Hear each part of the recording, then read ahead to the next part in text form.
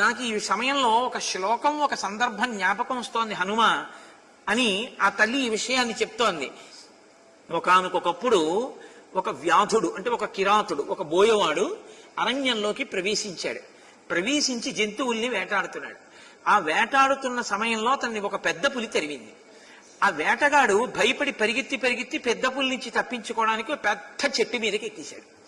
తీరా చెట్టు మీదకి ఎక్కేసి పైన చూసేటప్పటికి ఒక ఎలుకబంటి చెట్టు మీద పడుకున్నాడు. ఇప్పుడు ఆ ఎలుకబంటిని చూసి అతను భయపడ్డాడు.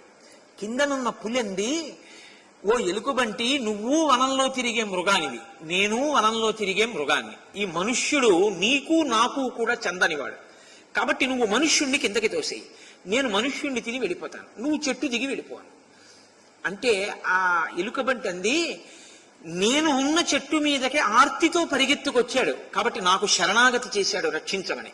తెలిసో తెలియకో నా దగ్గరికి వచ్చాడు కాబట్టి నేను మనుష్యుణ్ణి తొయ్యను, నేను ఇతన్ని రక్షిస్తాను, ఇది నా ధర్మం అని. ఇద్దరూ చెట్టు మీద కూర్చున్నారు, పులి కింద కూర్చుంది. ఎవరో ఒకళ్ళు దొరకపోతారా. కాసేపటికి ఎలుకబంటికి నిద్ర వచ్చింది. నిద్ర వచ్చి, నాయనా నేను పడిపోతానేమో, నీ ఒళ్ళో తల పెట్టుకుని కొమ్మల మధ్యలో గుబురుగా ఉన్న చోట పడుకుంటాను, కునుకొస్తోంది, జారిపోతానేమో అంది. అంటే మనుష్యుడు అన్నాడు, సరే అయితే నా ఒళ్ళో తల పెట్టుకో అన్నాడు.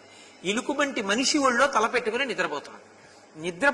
నిద్రపోయిన తర్వాత పెద్ద పులంది, ఆ ఎలుకబంటి వనమృగం, అది నిద్రలేస్తే ఆకలేస్తుంది, ఆకలేశాక నిన్ను తినేస్తుంది.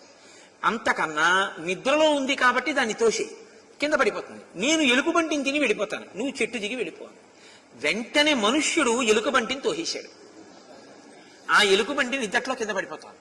కింద పడిపోతూ అదృష్టవశాత్తు చెట్టు కొమ్మలు పట్టుకుని మళ్ళీ పైకెక్కింది.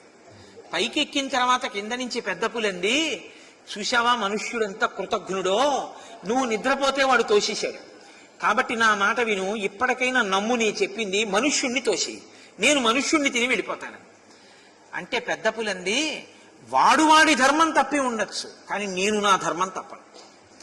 నేను మాత్రం ఆర్తితో నా చెట్టు మీదకి వచ్చాడు కాబట్టి నేను కాపాడతాను, నేను తొయ్యను అని తన ధర్మానికి తాను కట్టుపడింది. నాయనా, ఎవరి ధర్మానికి వాళ్ళు కట్టుపడాలి కదా. నా సమక్షంలో ఉన్నటువంటి వారు ఎవరైనా సరే నా దగ్గర ఉన్న వాళ్ళకి నా రక్ష, వాళ్ళు చెనకబడ్డానికి వీల్లేదు. కాబట్టి హనుమ, వాళ్ళని చంపడానికి వీల్లేదు, వాళ్ళ ధర్మం వాళ్ళు చేశారు, వాళ్ళ ప్రభువు చెప్పిన మాట మనం ఎందుకు చంపాలి దానికి, కాబట్టి చంపవద్దని.